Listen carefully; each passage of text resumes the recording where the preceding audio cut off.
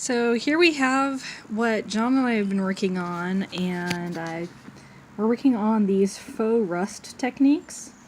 So this is one that I did that has a kind of like a beach rust. So this is with starting with a chrome goggle, so you can see the original color inside. So these have a really nice look like real metal. They are plastic.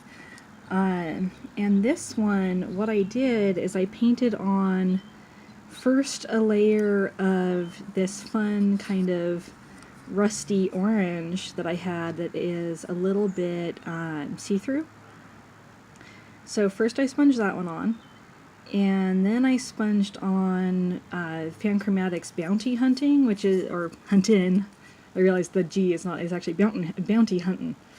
Because the G is not on there. So sorry, Lene, I got the name of it wrong in the last video. So she made this wonderful matte metallic bronze, and so I put some of that on there, and then I hit it up with this weird greeny silver one that I actually picked up in the clearance bin over at Sally Beauty in Vallejo. Because a lot of times I find really weird colors over there in their clearance where, you know, they're obligated to buy, you know, whatever production run from the companies that they're signed up with. So sometimes they end up with these ones that I would never put on my fingernails, but that look really, really great for other projects. And I'm very happy with the way this one turned out. It needs maybe a little bit of yellow and a little bit of black in there to really, truly look like rust, but part of why I'm filming it in front of the pavement outside my back door is it does actually remind me also of this, you can see the lichen and moss that grows on my, you know, what do you call this stuff? Cement. I have cement in my backyard, which is like super old and in terrible condition, but it actually makes a really cool photo background. So this is John's invention from last night. He's calling it like a diving bell color.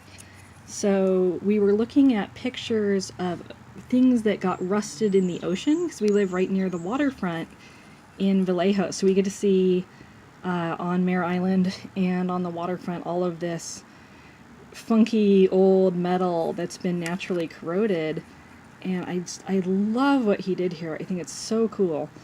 So this one is actually starting with Fanchromatic Not a Lady, which is this really nice matte metallic burgundy color. So he started with that one onto the chrome, and then hit it with Nevermind's orange. So she's got this orange linear holographic, and it's very subtle. So he put a layer of that on with the sponge, and then this verdigris color, which I know was Fanchromatic, and I can't remember which one. We use a ton of her stuff. So I love what he did here. He did it really irregular. So we looked at a whole bunch of metal that had this really interesting sort of flaky corrosion pattern. Let me see if I can get a good close-up of this. It may not focus, because, you know, as you know, I am horrible at using my cell phone camera, and I really need to learn what I'm doing. That's not too bad. So you can actually see where, as he did the texture, it made these nice little gaps, kind of scratchy gaps, where you do see the original chrome, and that actually looks very similar to the real antique metal objects that we were looking at pictures of and observing. So I think that looks absolutely gorgeous. And he's better at me than at the randomness.